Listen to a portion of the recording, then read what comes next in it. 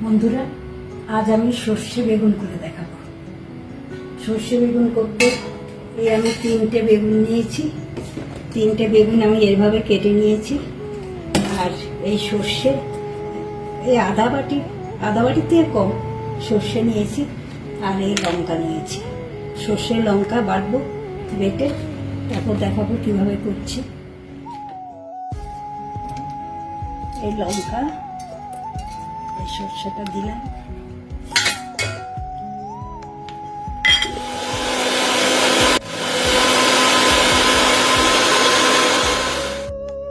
এই পেস্ট হয়ে গেছে।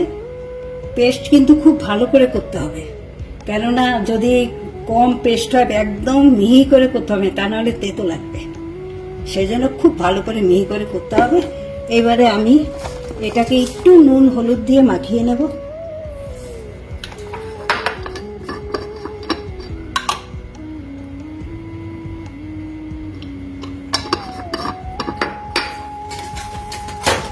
একটু নুন হলুদ দিয়ে মাখিয়ে নিই।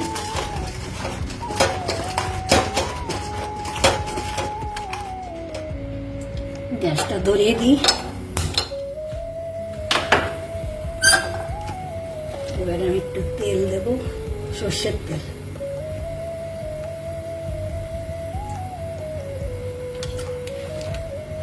একটু তেল বেশি লাগে। একটু কালো জিরে ফোড়ন দেব।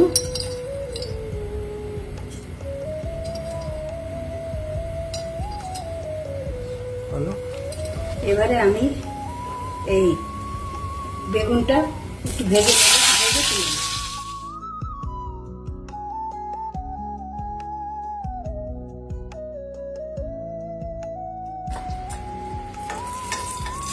এই হয়ে গেল ভাজাটা।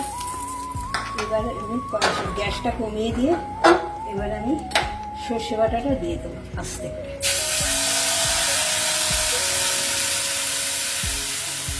সর্ষে বাটার সঙ্গে একটু জলও আছে, আর একটু জল দেবো আমি।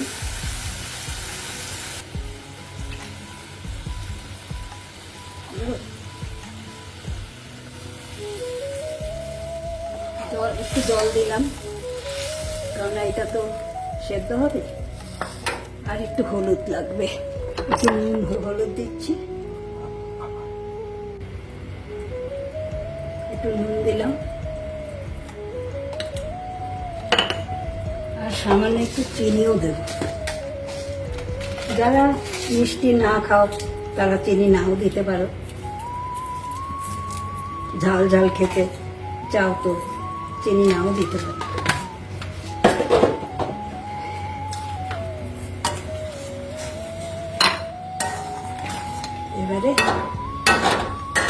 এবারে আমি বেগুনগুলো ছেড়ে দিচ্ছি এর মধ্যে। বেগুনগুলো ছেড়ে দিলাম।